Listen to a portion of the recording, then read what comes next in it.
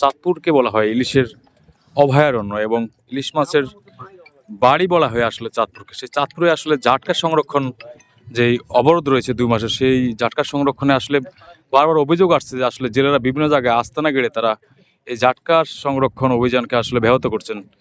সেই লক্ষ্যে আসলে চাঁদপুর জেলার হাইমচর উপজেলার সিনিয়র মৎস্য কর্মকর্তা ABM আশরাফুল হক এবং রয়েছেন কোস্টগার্ড এর বিভিন্ন সদস্যবৃন্দ এবং রয়েছেন বাংলাদেশ জাতীয়তাবাদী দলের বিভিন্ন নেতৃস্থানীয় বৃন্দরা রয়েছেন। তারা সকলেই মিলে সম্মিলিতভাবে আসলে যারা ঝাটকা নিধন করছেন তাদের প্রতিহত করার জন্য তারা একটি দুর্গম চরে হানা দিচ্ছেন। আমরা যেমনটা খবর পাচ্ছিলাম, এই অঞ্চলটি অত্যন্ত দুর্গম হওয়ায় আসলে জেলেরা এখানে আস্তানা গেড়ে তারা দিবারাত্রি বিভিন্ন সময় আসলে এই ঝাটকা ইলিশ নিধন করেন। পাশাপাশি আসলে যে চিংড়ি রেণুপোনা রয়েছে তারা সেটিও নিধন করেন বলে আমরা জানতে পেরেছি।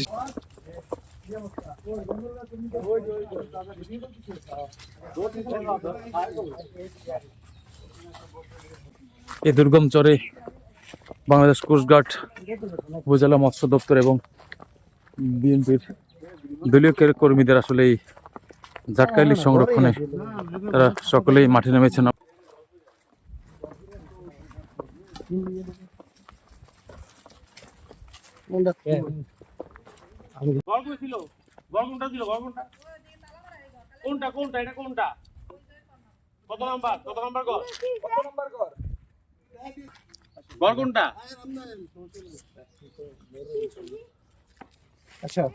এই অভিযানের খবরটি পেয়ে তারা অনেকে অজ্ঞাত স্থানে আসলে পালিয়েছেন, আমরা তেমনটাই লক্ষ্য করছি।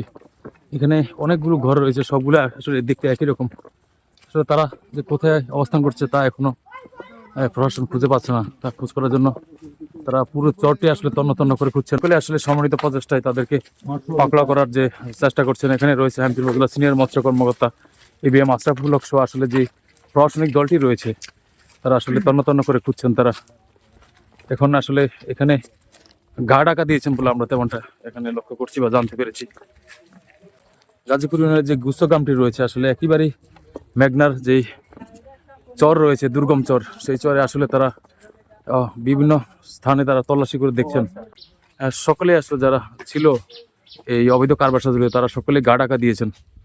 অনেকে বলছেন আসলে তারা এখান থেকে নেমে আসলে জঙ্গলের মধ্যে চরের যে পাতাঘাট রয়েছে তারা ওখানে আসলে লুকিয়ে যেতে পারেন বলে ধারণা করছেন। একেবারে যেই গুচ্ছ গ্রামটি রয়েছে সেই গ্রামের উত্তর থেকে দক্ষিণ, পূর্ব থেকে পশ্চিম প্রতিটি প্রান্ত তারা আসলে এখানে তল্লাশি চালিয়েছেন। এই গুচ্ছ গ্রামের যেই বাড়িঘরগুলো রয়েছে সেখান থেকে বেরিয়ে আসলে জঙ্গলও খোঁজার চেষ্টা করছেন। এখানে আছে যারা অবৈধ মাছ ধরেন তারা ছটকে পড়েছেন। আমরা দেখছি প্রশাসনের পক্ষ থেকে যে অবৈধ কারেন্ট জাল পাওয়া গেছে এখানে দুর্গম চরে, সেটি আসলে এই প্রশাসনের পক্ষ থেকে পুড়িয়ে দেওয়া হচ্ছে। আমরা তেমনটাই দেখছি যে অবৈধ কারেন্ট জাল পাওয়া গেছে সেটি আসলে প্রশাসনের পক্ষ থেকে পুড়িয়ে দেওয়া হচ্ছে। অপরাধীরা পালিয়ে গেলেও আসলে যে কারেন্ট জালটি পাওয়া গেছে চরে, দুর্গম চরে, সেটি আসলে প্রশাসনের পক্ষ থেকে জ্বালিয়ে দেওয়া হচ্ছে। আমরা সরাসরি যুক্ত করছি এখানকার যে মৎস্য কর্মকর্তা রয়েছেন। আমাদের এখন আসলে জাটকা সংরক্ষণ অভিযান চলছে। এই 2 মাস অভয়াশ্রমে, মার্চ এপ্রিল 2 মাস অভয়াশ্রমে আসলে সব ধরনেরই সকল ধরনের মাছ ধরা নিষিদ্ধ। তো আমরা খবর পেয়েছি যে এখানে কিছু অসাধু লোক চিংড়ি রেণু ধরছে। আপনারা জানেন যে 1985 যে মৎস্য বিধিমালা সে অনুযায়ী হচ্ছে লাইভ চিংড়ি অর্থাৎ চিংড়ি রেণু ধরা সম্পূর্ণভাবে নিষিদ্ধ। তো ওয়াইল্ড থেকে যে কোনো নদী বা যে কোনো খাল থেকে এই ধরনের চিংড়ি রেণু সংগ্রহ করা যায় না, এটা আইনত দণ্ডনীয়।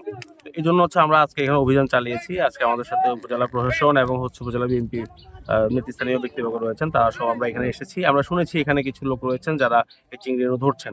আমরা এখানে এসে দেখলাম যে তারা আমাদের আসার সংবাদে পালিয়ে গিয়েছেন অলরেডি, এবং তারা হয়তো সবকিছু নিয়ে পালিয়ে গিয়েছেন। তো আমরা এখানে একটি কারেন্ট জাল এবং কিছু কারেন্ট জাল এখানে পতিত অবস্থায় পেয়েছি। তো সেগুলো আমরা এখন ধ্বংস করেছি আগুন দিয়ে। আমাদের জাটকা সংরক্ষণ এবং রেণু চিংড়ি সংরক্ষণের জন্য আমাদের যে অভিযান সেটা সবসময় তৎপর থাকবে এবং চলমান থাকবে।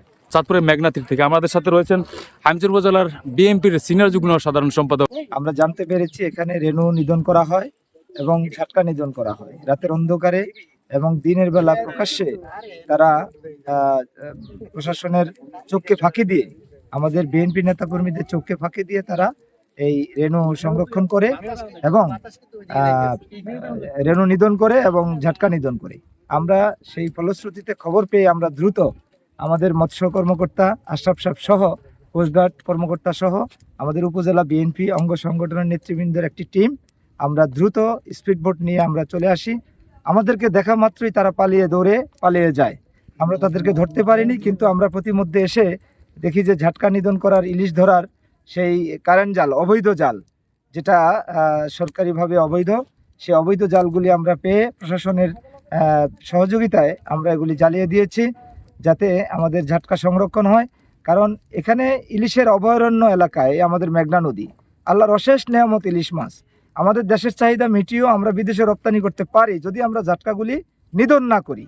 আরেকজন যুগ্ম সাধারণ সম্পাদক রয়েছেন এই আবু তাহের সর্দার, আমরা তার সাথে একটু যুক্ত হওয়ার চেষ্টা করছি। আর এই চাঁদপুর হাঞ্চর চাঁদপুরের এই 3 কনস্ট্রাকশনের মাননীয় সংসদ সদস্য এবং জেলা বিএনপি সম্মানিত সভাপতি শেখ ফরিদ আহমেদ মানিক ভাইয়ের নির্দেশক্রমে উনি যখনই ওনার নলেজে গেছে আসলে এই যে ঝাটকা এবং এই যে চিংড়ি মাছের রেণু নিধন হচ্ছে, তাহলে উনি ওনার কাছে এই সংবাদটুকু যাওয়ার পরে উনি চিন্তা করছে এগুলো দেশের সম্পদ, এগুলো অক্ষুণ্ণ রাখতে হবে, এগুলো বড় হইতে দেওয়ার সুযোগ দিতে হবে, এগুলো যেন নিধন না হয়। তাই উনি বিভিন্নভাবে পর্যবেক্ষণ করে দেখছে কারো না কারো সহযোগিতায় এগুলো দূর থেকে, যেমন রাজশাহী, চুয়াডাঙ্গা এবং বিভিন্ন সাতক্ষীরা, বিভিন্ন জেলা থেকে এসে এই এলাকায় কারো কারো ছত্রছায়া বা কারো কারো ইয়াতে তারা এই আশ্রয় নিয়ে ঘুরিঘর তারা তৈরি করে এগুলো নিধন করছে।